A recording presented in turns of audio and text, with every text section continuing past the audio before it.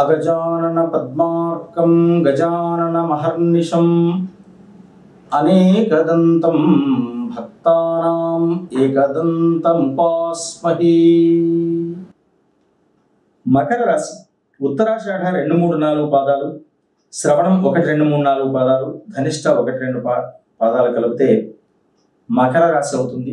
ఈ రాశి వారికి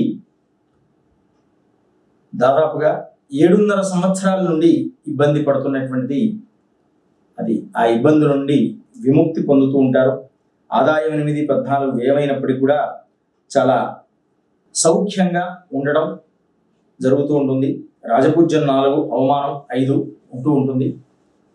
కొంతమేర తక్కువగా మాట్లాడండి, దానితో పనులు చాలా అధికంగా అవుతూ ఉంటాయి.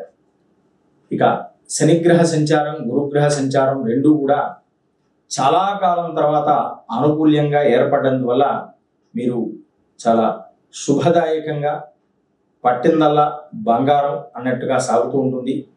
అలా అని చెప్పి మీరు విర్రవీగిపోకుండా చాలా జాగ్రత్త వహించి పనులు అనేటువంటివి చేసుకోండి. దానితో మరింత శ్రేయోదాయకంగా ఉంటూ ఉంటుంది. ఇక మీరు రాహుగ్రహ సంచారం, బుధగ్రహ సంచారం, కేతుగ్రహ సంచారంలో మార్పు అనేది సంభవిస్తుంటుంది మే మాసంలో.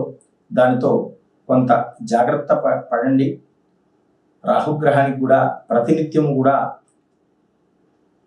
కవచాదులు కానీ స్తోత్ర పారాయణాదులు కానీ పఠించండి.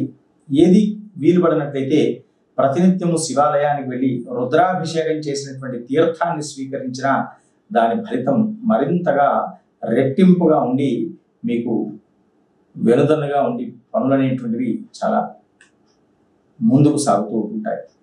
ఆర్థిక పురోభివృద్ధి కూడా చాలా బాగుంటుంది.